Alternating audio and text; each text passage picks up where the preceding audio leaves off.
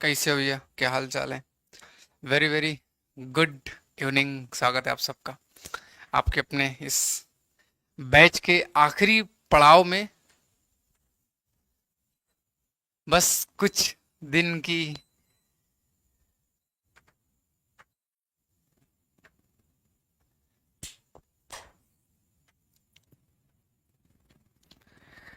तो आज से हम लोग जो है क्या करेंगे?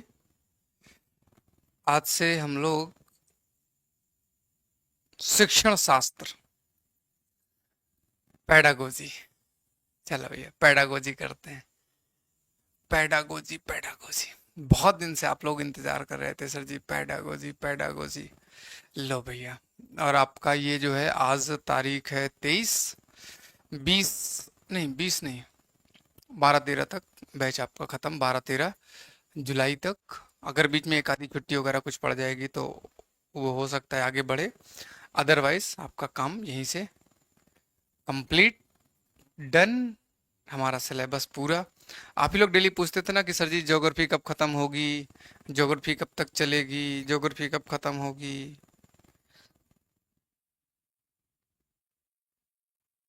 नहीं, ऐसा कुछ नहीं है। हमारा क्या पीछे छूटेगा आपके साथ? आपका बैच खत्म होगा, दूसरा बैच शुरू, हमें तो दूसरे बच्चे मिल जाएंगे, हम उनको करना शुरू कर देंगे। Wild life sanctuary, national park अलग अलग है। वाइल्ड लाइफ सेंचुरी जो है वो अलग नोटिफाई होता है, नेशनल पार्क अलग नोटिफाई होता है। नेशनल पार्क राज्य सरकार नोटिफाई करती है। हमारे यहाँ पे वाइल्ड लाइफ सेंचुरी जो है वो लगभग कितने 500 के आसपास है। नेशनल पार्क 1000, 105, 106 नहीं, 107 है। 107 नेशनल पार्क है। सिमलीपाल नेशनल पार्क बना है। बड़े से जो क्षेत्र होते हैं, बहुत बड़ा क्षेत्र होता है, उसी में किसी एक हिस्से को नेशनल पार्क बोल दिया जाता है। उसी में टाइगर रिजर्व हो जाता है, उसी में एलिफेंट रिजर्व हो जाता है, पूरे को वर्ल्ड लाइफ सेंचुरी बोल देते हैं। वाइल्ड लाइफ सेंचुरी थोड़ा बड़ा है। वैलिडिटी कितने दिन तक रहेगी? जब तक एग्जाम ना हो जाए तब तक वैलिडिटी है। पढ़ते रहो, रिवाइज करते रहो, पढ़ते रहो, रिवाइज करते रहो, पढ़ते रहो, जब तक आपका एग्जाम नहीं होगा तब तक तो ये चलता रहेगा।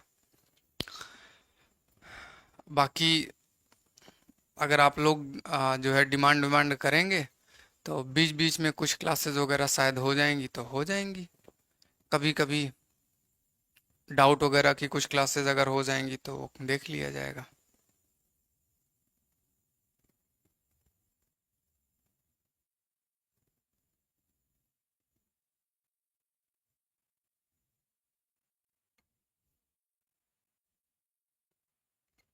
Hello hello hello hello hello. तो ये आज क्या शुरू करेंगे? आज शुरू करेंगे पेडागोजी। आज से आपका जो हम लोग करने वाले थे उसका चौथा राउंड, यानी कि 20 नंबर के जो क्वेश्चन आएंगे वहां से वहां उसका ये काम शुरू हो जाएगा।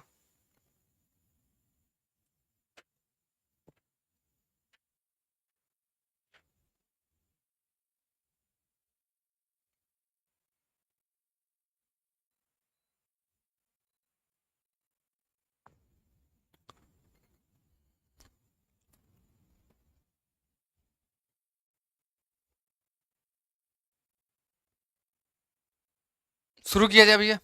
सामाजिक विज्ञान की अवधारणा और प्रगति, concept of and nature of social science and social studies. एक बार आप अपना क्लास टेलीग्राम पे लगाइए। हाँ, टेलीग्राम पे नहीं नहीं नहीं।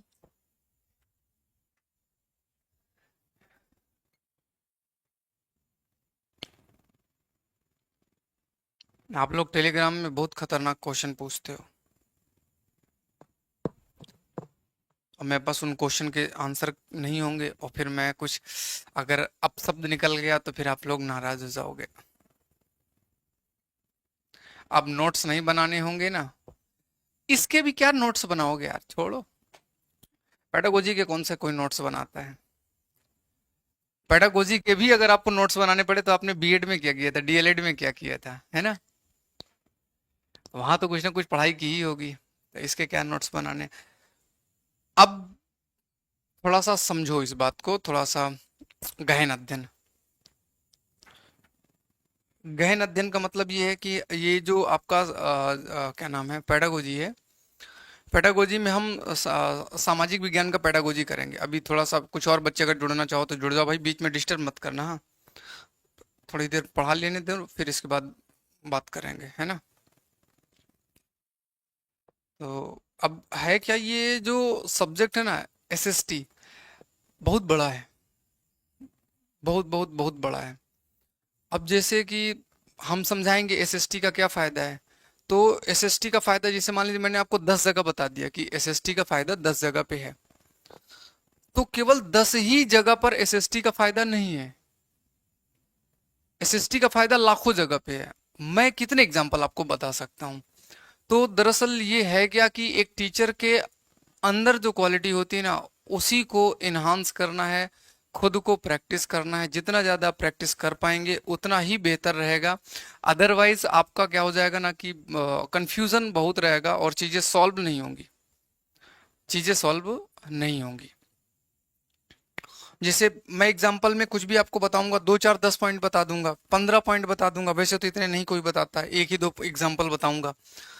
लेकिन एग्जाम में हो सकता है उस एग्जाम्पल की जगह कोई दूसरा, कोई तीसरा, कोई चौथा, वट एवर कुछ भी पूछा जा सकता है। अब इतने अगर चेंजेस होंगे तो सब तो हम पढ़ा नहीं सकते। तो आपके अंदर से खुद से वो क्वालिटी आनी चाहिए कि जो हमारा एसएसटी है उसका क्या मतलब है, उसका क्या अर्थ है, वो कैसे सॉल्व होगा।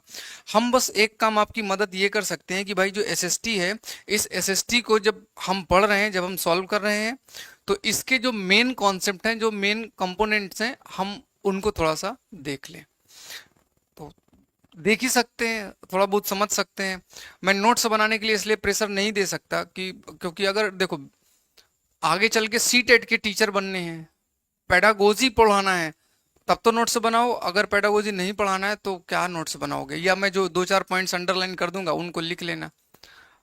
बाकी तो समझ के ऊपर है। क्वेश्चन प्रैक्टिस करोगे तो हो जाएगा। सीडीपी में ऑलरेडी आपने पढ़ रखा है, सतप्रीत मैम ने आपको पढ़ा ही रखा है सारे कॉन्सेप्ट, तो वही कॉन्सेप्ट रहेंगे, तो उन्हीं को करना है।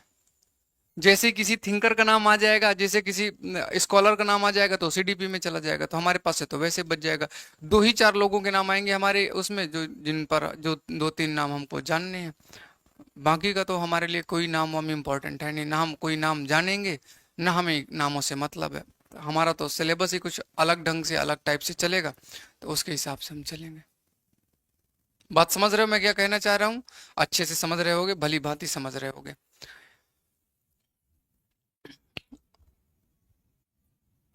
कुछ ऐसी चीजें हैं जो अन्य जगहों पे नहीं है, यहीं पे हैं, और उनसे क्वेश्चन आता है सिलेबस में, तो उसको थोड़ा ज्यादा ध्यान दे लीजिएगा।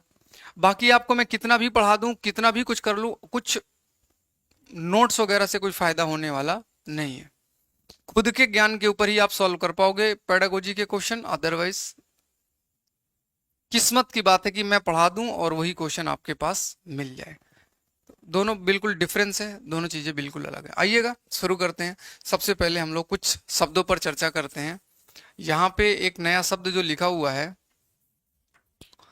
यहाँ पे नहीं लिखा, मैं खुद से लिख देता हूँ। एक शब्द है एसएसटी, एक शब्द है जीएस, या उसे यहाँ पे एसएस मान लीजिएगा, सोशल साइंस, या जीएस मान लीजिएगा।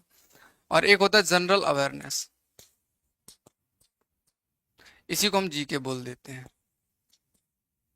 देखो जीके का मतलब क्या होता है, जीके का मतलब होता है सामान्य ज्ञान, आपके पास नॉलेज होना चाहिए। सामान्य ज्ञान का मतलब क्या है कि देश के प्रधानमंत्री कौन है पता चल गया, किस राज्य में रहते हो पता चल गया, आपके जो है एरिया का पिन कोड क्या है, पोस्ट ऑफिस का पिन कोड क्या है, इतना आपने पता चल गया, बस ठीक है, ये आपका हो गया जीके और जीए। फिर आता है आपका जीएस। जीएस का मतलब क्या होता है, किसी भी चीज में जब हम वाई लगा दे, कोई भी चीज आएगा उसमें जब हम वाई लगा दे,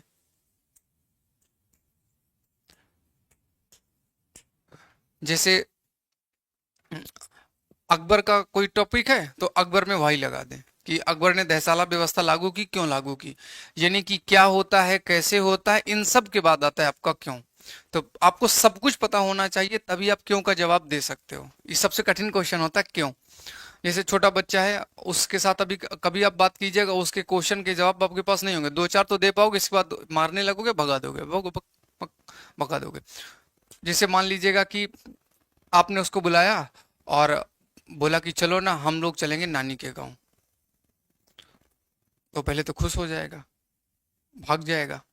और अगर नहीं भागा, आपके पास रुक गया, अब आपसे क्वेश्चन करने लगा, या मान लीजिएगा कि रिश्तेदारी में कहीं गया है और रिश्तेदारी में फूफा ने पकड़ लिया और फूफा ने कोई क्वेश्चन उससे पूछ लिया, अब तो भाग भी नहीं सकता, किसी को जानता नहीं है, अब फूफा के पास ही रहना है।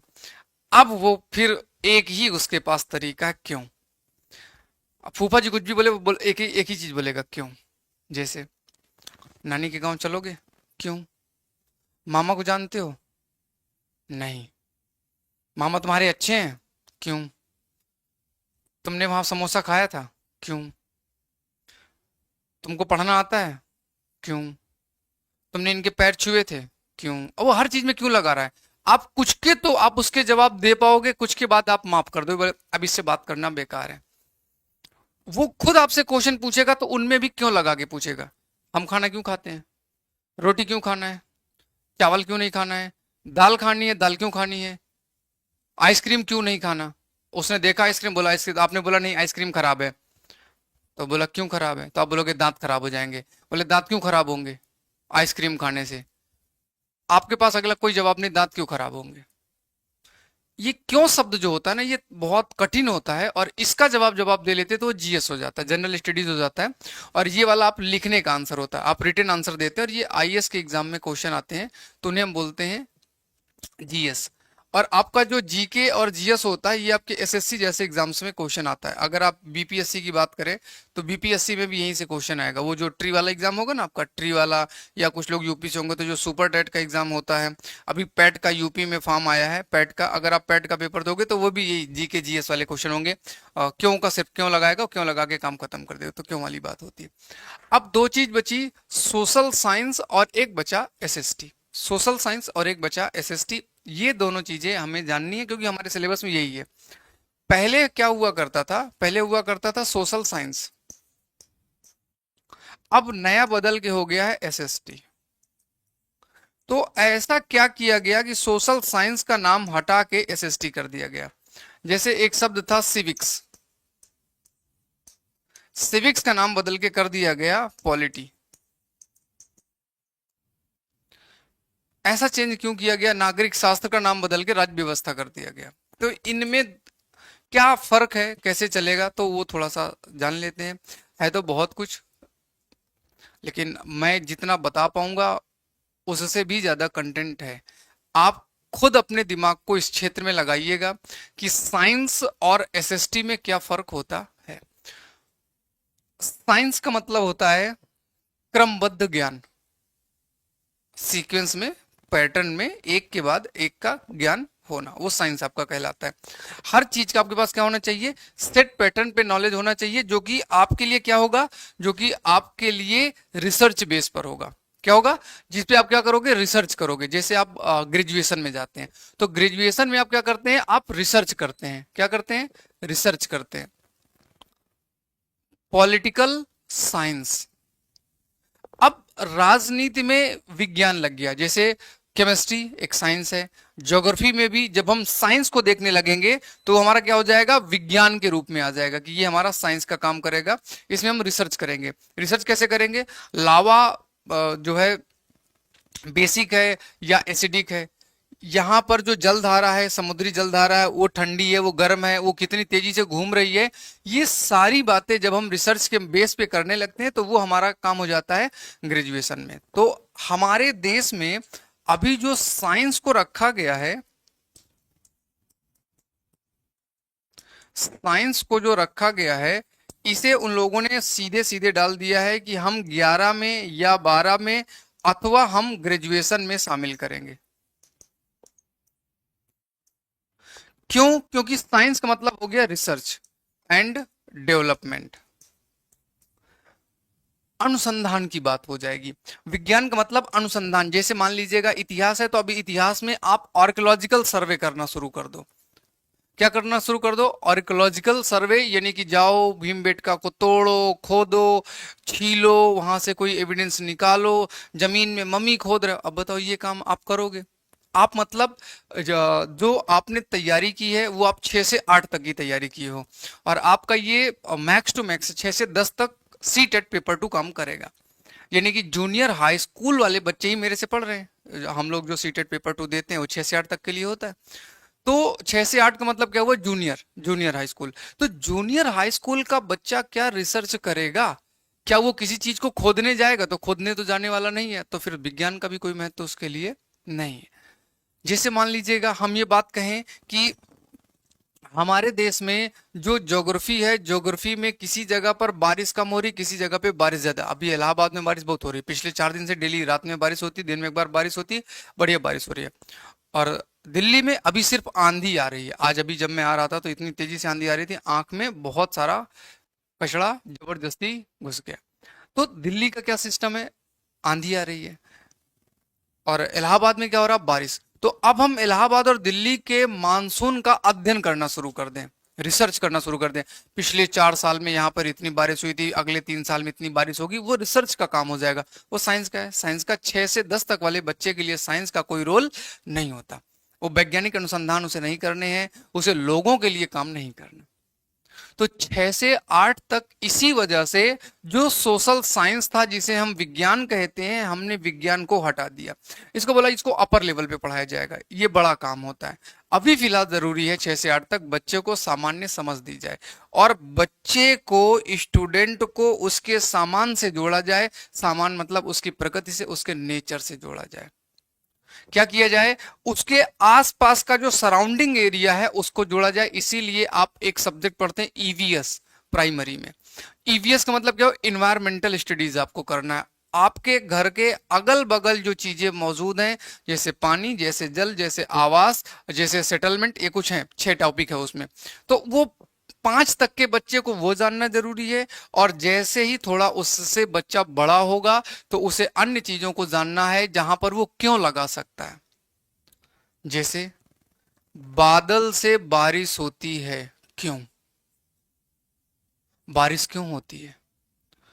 हवा चलती है, क्यों चलती है?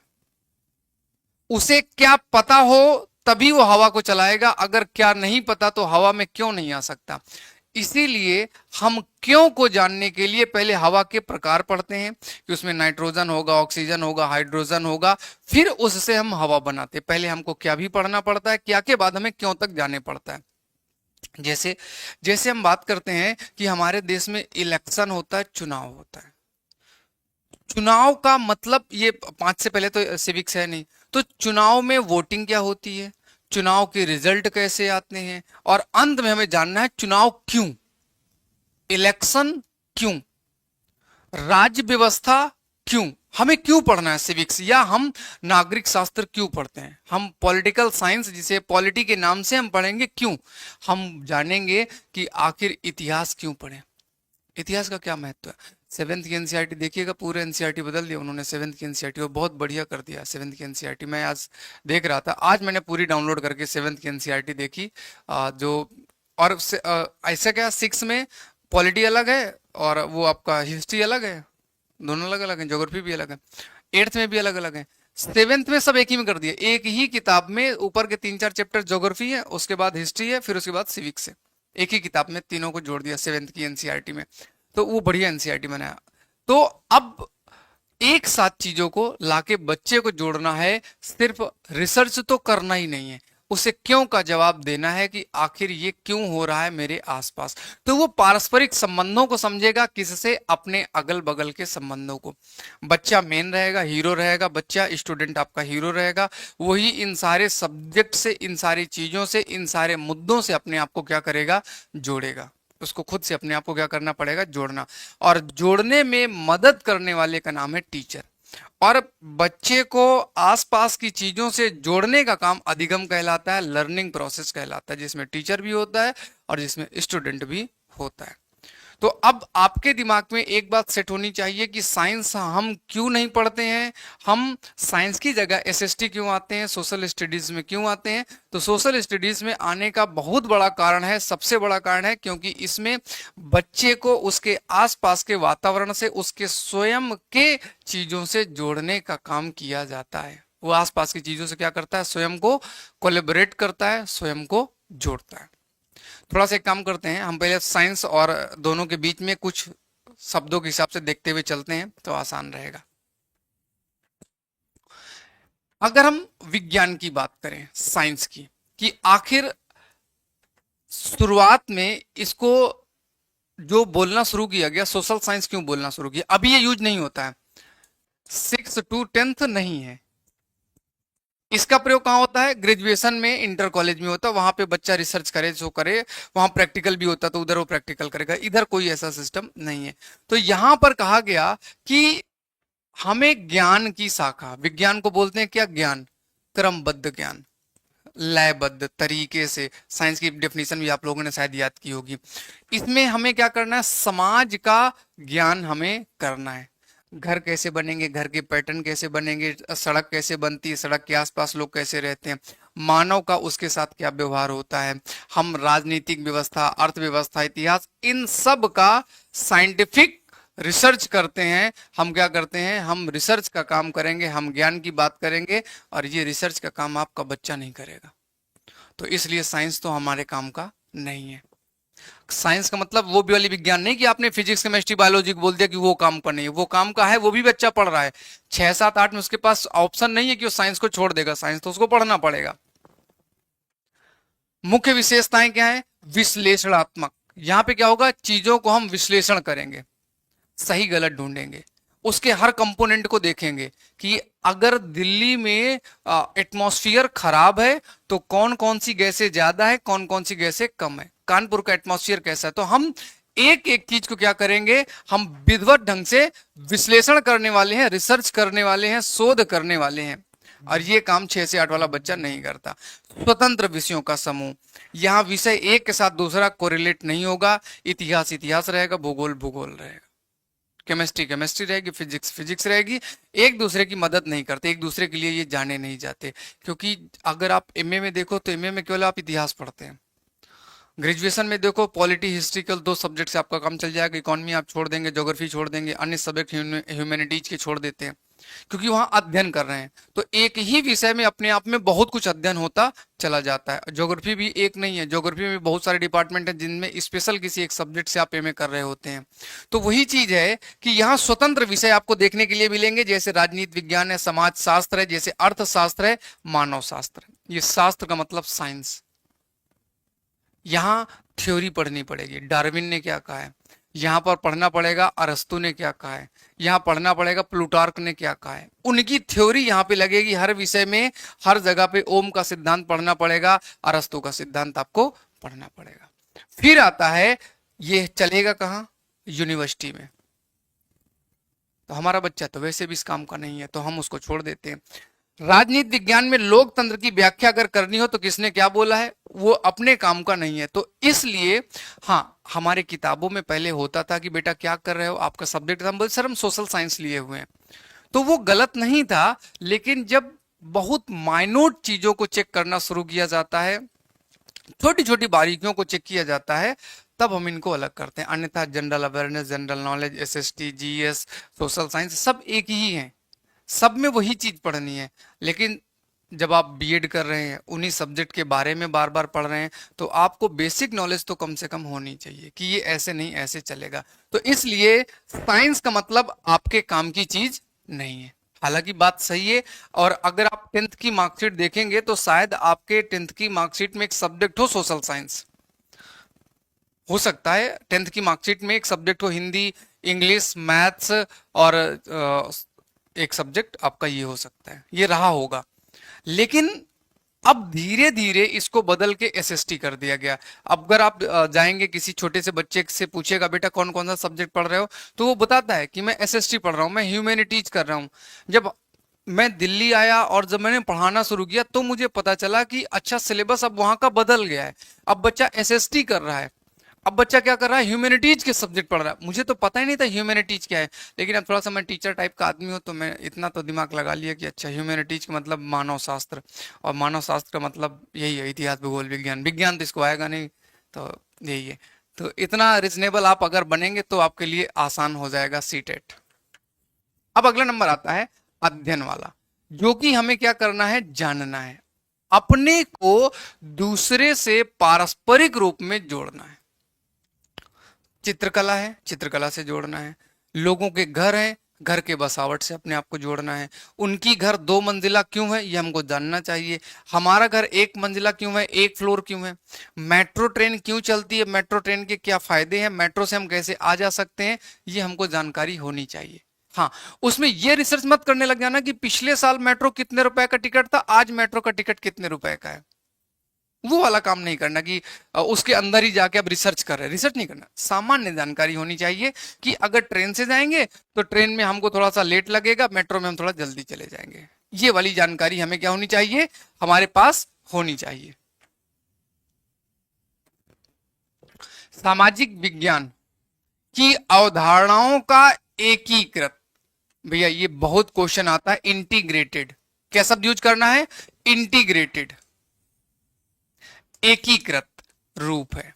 विज्ञान का एकीकृत यानी कि अगर हम कहें कि पॉलिटिकल साइंस, हम कहें इकोनॉमिक्स, इकोनॉमी नहीं इकोनॉमिक्स, वो शब्द अलग होता है, इकोनॉमिक्स, इकोनॉमी शब्द अलग होता है, दोनों में अंतर है। जो इकोनॉमिक्स होता है वो उसमें आपको नियम पढ़ने पड़ते हैं कि जेम्स कीन ने क्या कहा, या जो है मिश्रित अर्थव्यवस्था की परिभाषा किसने दी है, रेपो रेट की परिभाषा किसने दी है, तो वो आपका इकोनॉमिक्स में आएगा। और अगर वाई लग जाए, इकोनॉमी लग जाए, तो वो सरल वाला जिसको हम पढ़ते वो इकोनॉमी होता, हम इकोनॉमिक्स नहीं पढ़ते। तो इकोनॉमी हो गया। या फिर जैसे मान लीजिएगा हम लोग क्या पढ़ रहे हैं, हिस्ट्री पढ़ रहे हैं, तो हम इनको अलग अलग नहीं पढ़ेंगे, हम इनको एक साथ जोड़कर पढ़ेंगे। जैसे एग्जाम्पल आप अगर याद रखें, एनसीईआरटी की एक बुक है जो अभी ताजी ताजी आई है, क्लास 7th की। क्लास 7th की जो एनसीईआरटी है उसमें पॉलिटी भी है, हिस्ट्री भी है, ज्योग्राफी भी, एक ही किताब में सारे सब्जेक्ट दिए हुए हैं। तो कुल मिला के आप सारे सब्जेक्ट जब एक साथ जोड़कर पढ़ते हो तो उसे क्या कहा जाता है, एसएसटी कहा जाता है, सोशल स्टडीज कहा जाता है, सामाजिक अध्ययन कहा जाता है, समाज का अध्ययन। और समाज में क्या क्या होता है, समाज स्वयं होता है, मानव स्वयं होता है। समाज के बनने के लिए संस्कृति चाहिए, समाज के बनने के लिए महिला पुरुष का मेल चाहिए, समाज के बनने के लिए उनका एक इतिहास होना चाहिए, और उनमें आपस में लड़ाई ना हो तो राजनीतिक प्रक्रम होना चाहिए, पॉलिटिकल स्ट्रक्चर यानी कि इलेक्शन होना चाहिए। तब जाके क्या बनेगा, तब जाके बनेगा एकीकृत मॉडल, और जिसे स्कूल स्तर में बच्चों को नागरिकता, संस्कृति, समाज की समझ विकसित करने के लिए पढ़ाया जाता है कि समाज कैसा है, क्या है, समाज कैसा है। तब ये बुक का नाम क्लास 7th में एक ही एनसीईआरटी, सारे काम खत्म है, एसएसटी का केवल एक ही किताब है। अब उसका नाम क्या मैं बताऊं, क्या नाम है, 7th में केवल एक ही एनसीईआरटी बची है एसएसटी में, और कुछ बचा ही नहीं है। सोशल साइंस की एक ही किताब, सोशल स्टडीज की एक ही किताब बची है। अब सोशल स्टडीज की अपनी कुछ क्वालिटी होगी, जैसे एक शिक्षण विषय है ना कि शोध, यहां रिसर्च आपको नहीं करना। इसमें इतिहास पढ़ाया जाएगा, भूगोल पढ़ाया जाएगा, सिविक्स पढ़ाया जाएगा, संस्कृति आदि के मूल तत्वों को समेकित रूप में पढ़ाया जाएगा। अलग अलग आप नहीं कर सकते हैं कि भैया पॉलिटी अलग पढ़ो, ज्योग्राफी अलग पढ़ो, सब एक साथ जोड़ गांठ के आपको पढ़ाना है, पढ़ना है। इसीलिए एनसीईआरटी बहुत तेजी से कवर करता है सिलेबस। एक ही पेज में चोल कवर कर देता है, एक ही पेज में अकबर, और एक ही पेज में आपका बाबर, सब एक साथ कवर कर देता है जोड़ गांठ के। ज्योग्राफी भी वहीं पे ला देता है कि जो व्यापारिक गतिविधियां होती थी वो आपका पांड्यों के बंदरगाह उरैयूर से होती थी, सीधे सीधे वहां पे बोल देता है। भारत में गैरिसन नगर के बारे में सीधा बात करता है एनसीईआरटी, और गैरिसन के साथ साथ तुरंत भारत के क्षेत्र की बात करने लग जाता है कि विदेश में क्या चल रहा है, भारत में क्या चल रहा है। प्राथमिक और माध्यमिक स्तर 6 से 10 के विद्यार्थियों के लिए होता है, वो विश्वविद्यालय के स्तर पे। और ये किसके लिए होता है, 6 से 10 तक के लिए। इसका उद्देश्य विद्यार्थियों को सामाजिक चेतना, राष्ट्र के प्रति जागरूकता, उसके अपने जो ड्यूटी है, कर्तव्य है, उसकी अपनी राष्ट्रीयता भावना, यानी कि देश के जो प्रमुख चीजें हैं, देश का झंडा, देश का राष्ट्रगान, देश के संवैधानिक तंत्र, देश के संविधान, सबके बारे में जागरूकता, सबके बारे में जानकारी उसके पास होनी चाहिए।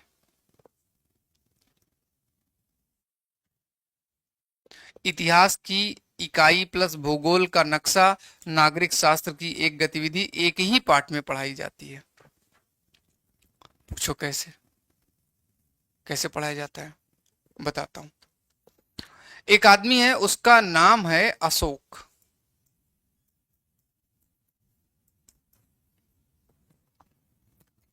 अशोक के समय हम बात करते हैं कि इसने अपने यहाँ की अर्थव्यवस्था चलाने के लिए व्यापार में क्या किया, हैंडीक्राफ्ट को बढ़ावा दिया, छोटी छोटी नई नई चीजें बनाई, बर्तन बनाए, मिट्टी के चीनी मिट्टी के बर्तन बनाए, विदेश में बिकवाया।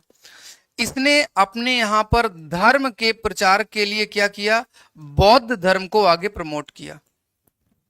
लेकिन इसका ये मतलब नहीं है कि आजीवकों को मारा, आजीवकों को भी सम्मान किया, आजीवकों के लिए भी गुफाओं का निर्माण कराया कि आजीवकों के लिए भी रहेगा। हम बात करेंगे कि अशोक के समय जो राजनीतिक व्यवस्था है उसमें एक रहेगा महामात्य, अमात्य, नगरम, भोजक। राजनीतिक व्यवस्था की भी चर्चा चलेगी कि वहां पर राजा एक रहेगा, उसके नीचे मंत्री रहेंगे, मंत्रियों के नीचे उनके अपने क्या रहेंगे, प्रांत रहेंगे। डिपार्टमेंट बांट रखा था। हम यहीं पर बात करेंगे अर्थव्यवस्था की, धर्म की, हम यही बात करेंगे समाज की कि आखिर उस समय का समाज कैसा था। तो बताया गया कि उस समय की जो सोसाइटी थी उसमें किसी भी महिला के साथ सती प्रथा जैसी कोई घटना नहीं होती थी। विधवा पुनर्विवाह के साक्ष्य हैं, जातियों की संख्या बढ़ रही थी। हम जानते हैं ब्राह्मण, क्षत्रिय, वैश्य, शूद्र कैटेगरी देखने को मिली।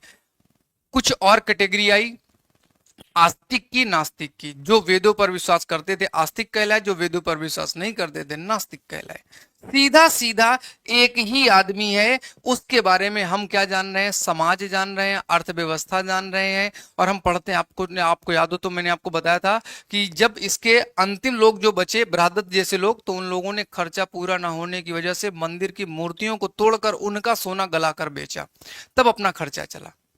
तो इसका मतलब क्या है, अर्थव्यवस्था के बारे में जानकारी मिलती है। कनिष्क के समय हम क्या पढ़ते हैं, आकसास नदी तक का उसका क्षेत्र था और जो रेशम मार्ग था उस पे उसने क्या किया था, सीधा सीधा कब्जा किया था।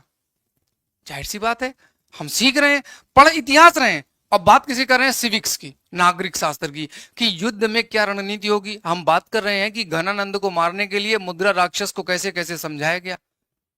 पढ़ते हैं विशाख दत्त की मुद्रा राक्षस में लिखा हुआ कैसे हराया गया। हम यहीं पर ज्योग्राफी की बात कैसे करेंगे, जरा बताना एक बार। हम यहां पर अशोक में भूगोल को कैसे देखेंगे, बिल्कुल देखेंगे। कैसे देखेंगे, बताता है कि हमारा नगर साउथ में है, जहां पर सातवाहनों तक हमारा क्षेत्रफल है। सातवाहन यानी कि आंध्र प्रदेश की बात चल रही है। चोर चेर पांड्य की बात करता है, वो बताता है, वो नहीं बताता, लेकिन उसके अभिलेख बताते हैं कि हमने आरामाइक में 2 अभिलेख जारी किए हैं। अरामाइक भाषा में 2 अभिलेख जो कि ईरान इराक तक मिले हैं। यानी कि ज्योग्राफी में मिल रही है कि ईरान कहाँ है, इराक कहाँ है, मिल रहा है उससे। और हमने पाटलिपुत्र में कोई अभिलेख नहीं जारी किया, लेकिन हमने कौशाम्बी में, सारनाथ में, हमने वेस्ट बंगाल में, हमने जो धौली है, कलिंग है, हमने उज्जैन में, हमने गिरनार में, गुजरात के क्षेत्र में, वहां तक हमने अभिलेख जारी किए। इसका मतलब क्या है, आदमी एक है जिसका नाम है ऐतिहासिक अशोक, लेकिन वो अशोक पर काम नहीं चलेगा। समाज भी है, धर्म भी है, अर्थव्यवस्था भी है, भूगोल ज्योग्राफी भी है, राजनीतिक भाषा भी, और ये एक साथ आप पढ़ते हो। और अगर आपको याद हो तो आपको जब मैंने इतिहास पढ़ाया होगा तो मैंने इसी तरह पढ़ाया होगा कि सिंधु घाटी की सभ्यता में क्या धर्म था, क्या इतिहास था, क्या नगर प्लानिंग थी। और इसी तरह से पूरा हम लोग पढ़ते हैं। जैसे मान लीजिएगा हम अकबर के समय पढ़ते हैं, दहसाला व्यवस्था क्या थी, दहसाला व्यवस्था में कितने लोग शामिल थे। हम बात करते हैं टोडरमल कहाँ से आया। राजनीतिक व्यवस्था में सबसे ऊपर राजा रहेगा, दीवाने रसालत, दीवाने इंसाफ, वजारत, हम डिपार्टमेंट पढ़ते हैं। फिर नीचे सिकदार, हम पढ़ते हैं परगना, खोद, मुकद्दम बात करते हैं। हम क्यों कर रहे हैं, क्योंकि ये राजनीतिक स्ट्रक्चर है। हम फिर बात करते हैं कि उसने आईने दहसाला चलाया, ठीक है, 10 साल के लिए। हम बात करते हैं उसने दीने इलाही धर्म की स्थापना की। ये धर्म का क्या मतलब है, वो साफ साफ बोलता है कि मैं थर्सडे के दिन, बृहस्पतिवार के दिन बीच में बैठूंगा और मेरे चारों तरफ अलग अलग धर्म के ऋषि मुनि बैठेंगे, मैं उनसे सीधे वार्तालाप करूंगा, मैं उनसे क्वेश्चन, और जो मैं बोलूंगा वो सही होगा। वो बताता है समाज के बारे में कि महिलाओं की शादी 12 साल के बाद की जाए, 12 साल से पहले लड़कियों की शादी ना की जाए, 12 साल के पहले तो लड़कियों की शादी ना की जाए। अगर बच्चा नहीं हो रहा है तभी दूसरी शादी की जाए, नहीं तो एक ही शादी की जाए। समाज के बारे में बताता है।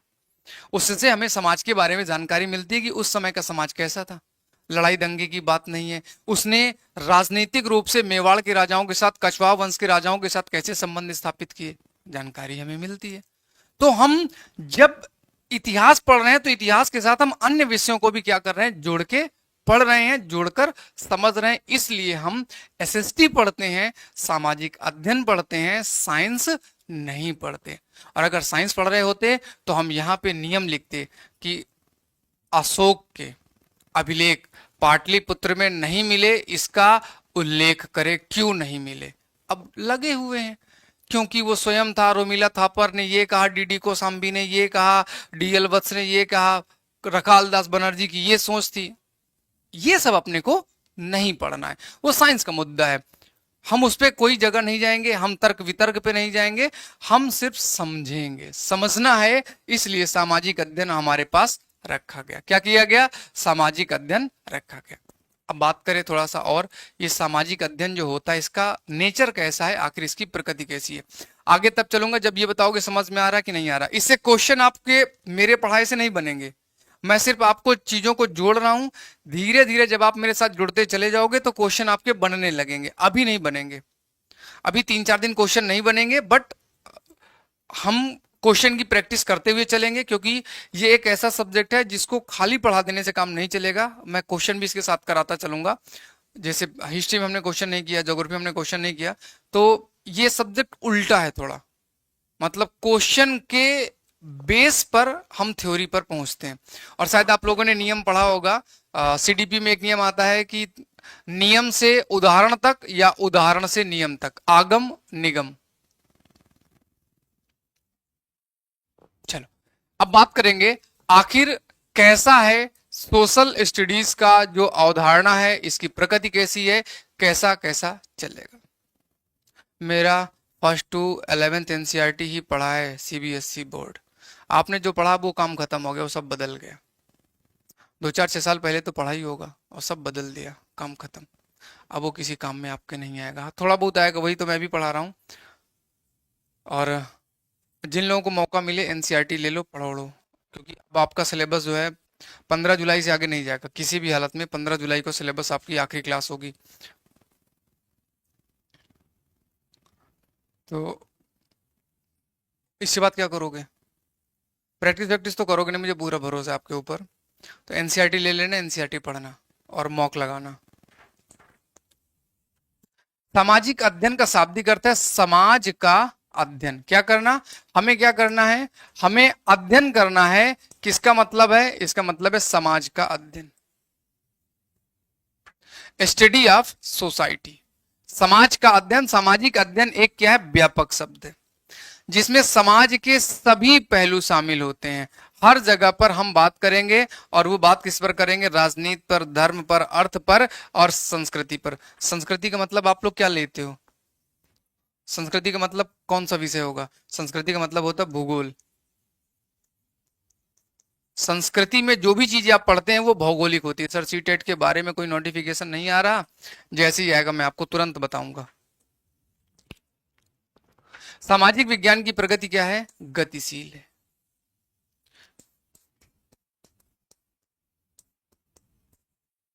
पीछे वाले में आपने क्या पढ़ा? सामाजिक अध्ययन शाब्दिक अर्थ है समाज का अध्ययन। हर चीज पढ़नी समाज के बारे में, लेकिन जब बात आ जाए साइंस की, तो साइंस का मतलब क्या है? इसकी गति प्रगतिशील है। आज आप जो पढ़ रहे हो कल ये गलत हो सकता है। जैसे हम आपसे कहें कि सबसे लंबा हाईवे ये है, कल वो हाईवे बदल सकता है। हम बात करें सबसे ऊंचा पुल रोकने का तरीका है आर्क ब्रिज, कल बदल सकता है। और साइंस आपको पता है डेली इनोवेटेड होता है। पहले लोग जो है दीवार में ही सीमेंट लगवा के, मसाला लगा के उसका बोर्ड बनाते थे।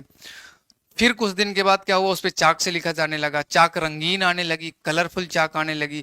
फिर कुछ दिन के बाद व्हाइट बोर्ड आया, मार्कर से लिखना शुरू हुआ, और अभी डिजिटल बोर्ड आ गया है। अब पता नहीं इसके बाद कौन सा बोर्ड आएगा, कुछ ना कुछ तो नया इनोवेशन होगा। तो कुल मिला के साइंस क्या है? आपका डायनेमिक है, बढ़ता रहेगा बढ़ता रहेगा बढ़ता रहेगा। शॉर्ट्स वीडियो बना दीजिएगा। खुशबू प्रैक्टिस बुक बता दो सर।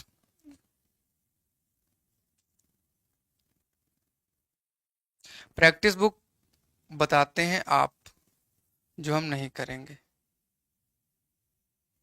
ये कॉन्फिडेंस होना चाहिए।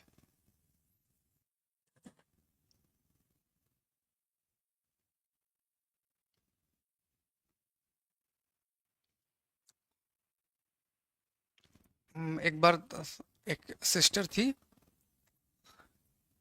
मैं एनडीए की तैयारी कर रहा था।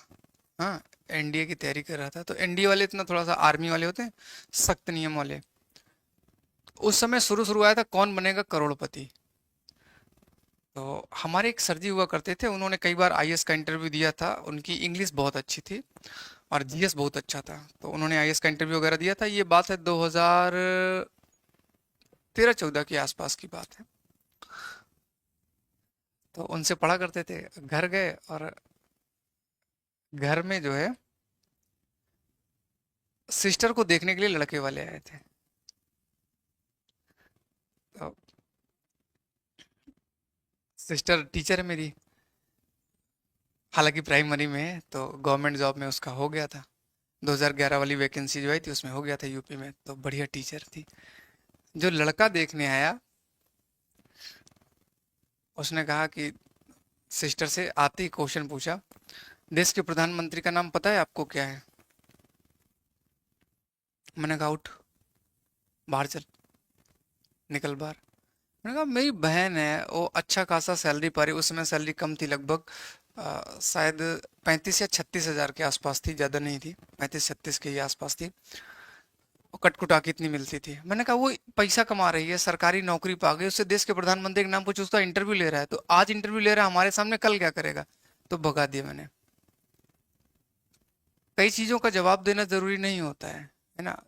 तो अब है क्या, सच बात यह है कि अगर मुझे कोई बुक का नाम बताना होता तो मैं सबसे पहले दिन आपको बता देता।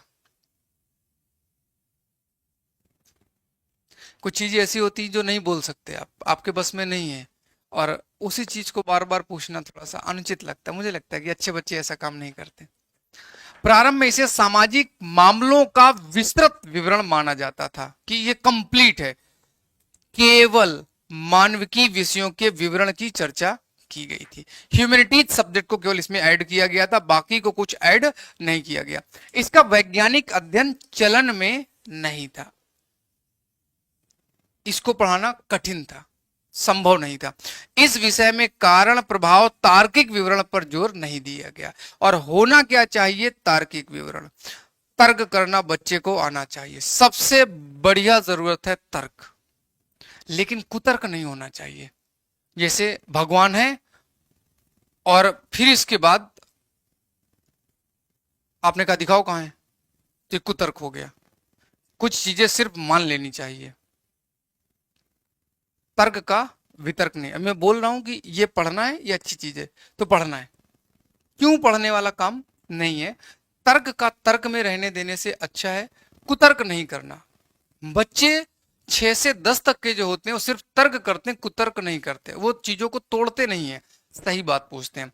कि नदी में पानी बहता है, तो आप में से बहुत से बच्चे हैं, अगर मैं पढ़ाऊं कि नदी में पानी बहता है तो बोल देंगे सर नदी में पानी ही क्यों बहता है, सर नदी में खून क्यों नहीं बहता, सर नदी में जो है मलाई चाप, कोफ्ता, जो है जलेबी क्यों नहीं बहती सर। आप पूछ सकते हो, मेरे को आपके ऊपर पूरा भरोसा है, आप पूछ सकते हो कि सर आप नदी में पानी बहती तो सर नदी में अगर सोना बहता तो कैसा रहता, क्यों नहीं बहता सोना, बहाव। तो वो कुतर्क है।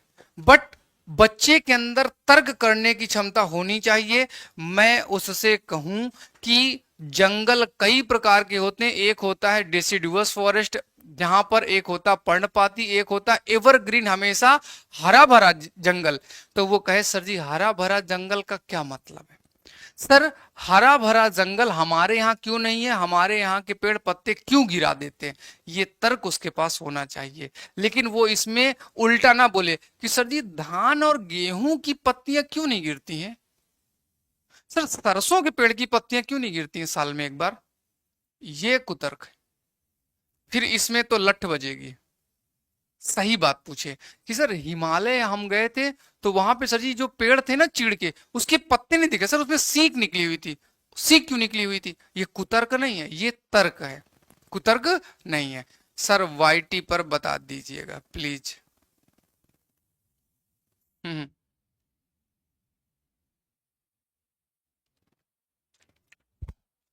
खुशबू जी अगर बताना होता तो मैं आपको फोन करके अभी बता देता।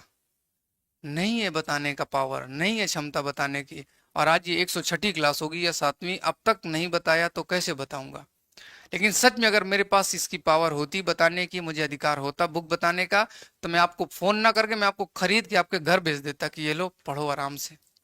लेकिन ये हमारे पास नहीं है पावर, ना हमारे पास ये शक्ति है, ना हमारे पास ये क्षमता है, ना हमारे पास ये अधिकार है। और आपको कितने दिन से मैं बता रहा हूं कि हम किसी जगह के कर्मचारी हैं, मालिक नहीं है। और आप दोबारा पूछा ना तो समझ लेना फिर। आजकल सामाजिक अध्ययन को कला विज्ञान दोनों का योग माना जाता है। ऐसा नहीं है कि विज्ञान फिजिक्स केमिस्ट्री बायोलॉजी अलग है और पॉलिटी हिस्ट्री ज्योग्राफी अलग है, नहीं, ये इंटीग्रेटेड है, ये एक साथ चलेगा। इसकी विषय वस्तु सामाजिक है लेकिन अध्ययन पद्धति थोड़ी सी क्या है, वैज्ञानिक है।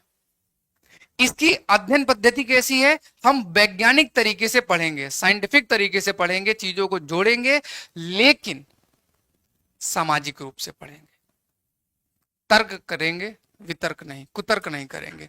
और इसके अलावा हम बात करेंगे वर्तमान में सामाजिक अध्ययन को विज्ञान के साथ जोड़कर ही पढ़ा जाए, ताकि सामाजिक अध्ययन के विषय को एक दूसरे से भिन्न होते हुए एक साथ रखा जाए।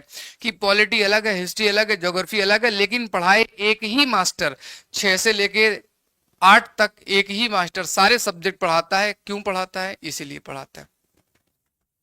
वाईटी नहीं मिल रहा है, प्लीज बताइए बेटा, आपको नहीं मिलेगा काजल कुमारी, और ढूंढो भी मत, आप मत ढूंढो, आप खोज मत करो, हर चीज ढूंढने से नहीं मिलती है, कुछ चीज किस्मत से मिलती है, समय से मिलती है। तो जब किस्मत में होगा तो आपको मिल जाएगा।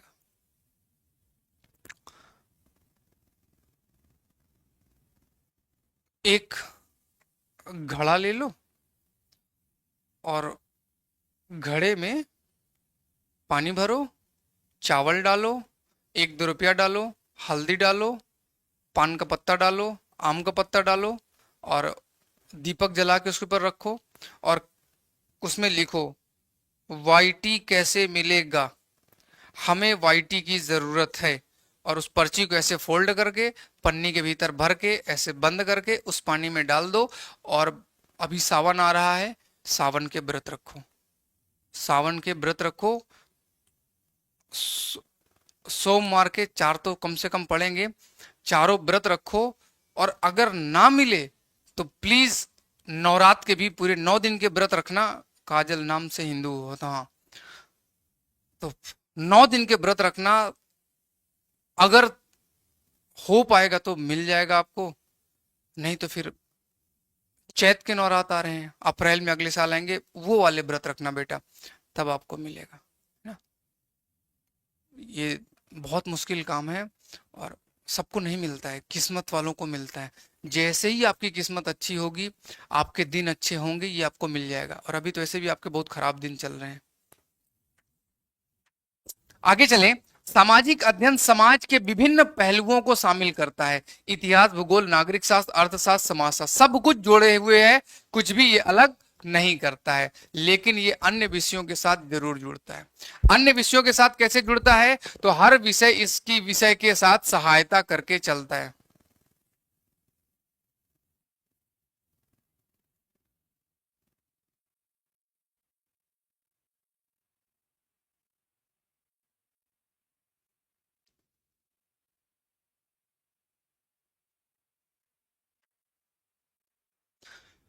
भाषा साहित्य का माध्यम है, पूछो कैसे। अगर मान लीजिएगा कि मैं एक व्यक्ति हूं, मेरा नाम है अमीर खुसरो, और अमीर खुसरो एक किताब लिख रहा है और वो बता रहा है कि भारत में 5-6 भाषाएं बोली जाती हैं, एनसीईआरटी में लिखा है। कहीं पर डोंगरी बोली जाती है, कहीं पर गुजराती बोली जाती है, कहीं पे जो है क्या भाषाएं हैं, उड़िया बोली जाती है, कहीं बंगाली भाषा बोली जाती है, लेकिन संस्कृत भाषा कोई नहीं बोलता। हाँ, यहाँ के जो ब्राह्मण हैं उनको आती है, बोलते वो भी नहीं है। ये बात हमें क्या पता चली, इतिहास में। लिखता कौन है, अमीर खुसरो। हम पढ़ कब रहे हैं, 800 साल के बाद। तो सब्जेक्ट एक है, जानकारी मिल रही है भूगोल की, क्योंकि भाषा भूगोल का मुद्दा है कि किस क्षेत्र में कौन सी भाषा बोली जाती है, ये भूगोल का है। पढ़ इतिहास में रहे, लिखा किसने, अमीर खुसरो ने, जो कि क्या है, एक संगीतज्ञ है। साहित्य बहुत काम करता है। साहित्य समाज का दर्पण है। साहित्य में दिखाया गया कि क्या है वो, थार गाड़ी में बैठ के वो लड़की गाना गा रही है, गिनी गाड़ी में बैठ के, मर्सिडीज में बैठ के, उसका ऊपर वाला जो है पन्ना ढक्कन खोल के बैठ के बढ़िया गाना गा रही है। डीडीएलजे में देखिएगा, वहां पे जो स्विट्जरलैंड की जो शूट किए गए जो मूवी आई, उससे हमें पता चलता है, उससे हमें पता चलता है कि आखिर उस समय का समाज कैसा है। ट्रेन में कैसे काजल जा सिमरन जा, ये हमें सोसाइटी के बारे में इन्हीं किताबों से पता चलता है कि उस समय का समाज कैसा रहा होगा, उनका खान पान कैसा रहा होगा, उनका लेखा जोखा कैसा रहा होगा। मजाक बना दिया आपने। देखो इतने बहुत सारे बच्चे देख रहे हैं, आप सब लोग बताओ, मैंने किसी का मजाक बनाया? मैंने काजल जी का मजाक बनाया? मैंने तो सही बात बताई। कोई अगर आपकी इस बात का सपोर्ट करे तो मुझे बताना मैंने आपको मजाक बनाया। मैंने तो आपको सही बात समझाई।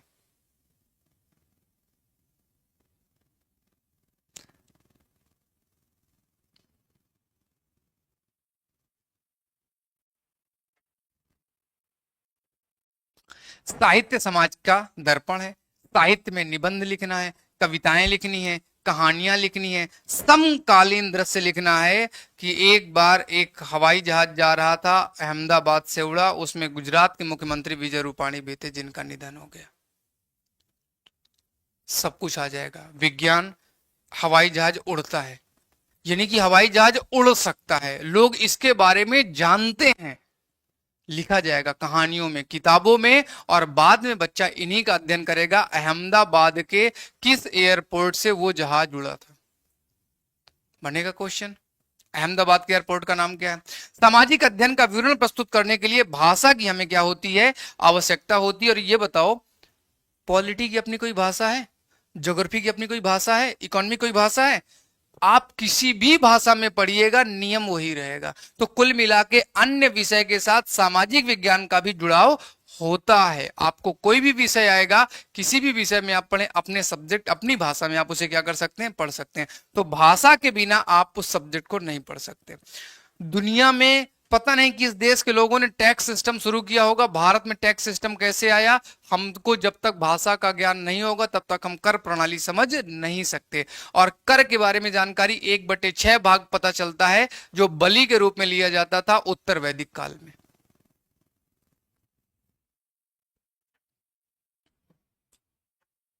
इतिहास, भूगोल, नागरिक शास्त्र, अर्थशास्त्र, पर्यावरण आदि के अध्ययन के लिए गणितीय ज्ञान। गणितीय ज्ञान कैसे काम आएगा? हमने आपसे कहा कि 57 बीसी में एक आदमी ने शकों को पराजित किया। आज से कितने साल हो गए? तो आपको क्या करना है? 2025 प्लस 58। 57 में हुआ था तो 58 क्यों लिख रहे हैं? 57 में हुआ था तो 58 क्यों जोड़ रहे हैं?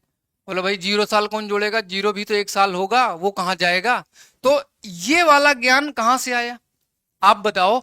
विक्रमादित्य ने शकों को पराजित किया। कब पराजित किया विक्रमादित्य ने? जब उसने विक्रम संवत की शुरुआत की, विक्रम संवत 57 में। आज से कितने साल पीछे हुए? 57 जोड़ा, आंसर गलत, 58 जोड़ना पड़ेगा। बिना गणित के पॉसिबल नहीं। आपने पढ़ा कि एक आदमी था, उसका नाम था प्रसेनजीत, उज्जैनी का राजा था। और एक आदमी था, उसका नाम था, क्या नाम था? बिंबसार। वो कहां का राजा था? वो राजा था आपके मगध डायनेस्टी का। और दोनों के बीच में दोस्ती हुई तो उसने अपना एक दूत जीवक नाम का वैज्ञानिक भेजा, जो कि मिर्गी, पीलिया, बुखार जैसे बीमारियों का इलाज करना जानता था। तो बताओ, इलाज साइंस का मुद्दा है। केमिस्ट्री से ही तो सही करते हैं बुखार को, केमिकल ही तो लगाते हैं, पैरासीटामोल की दवाई। तो उसने बना के निकाल के बताया, सही हुआ।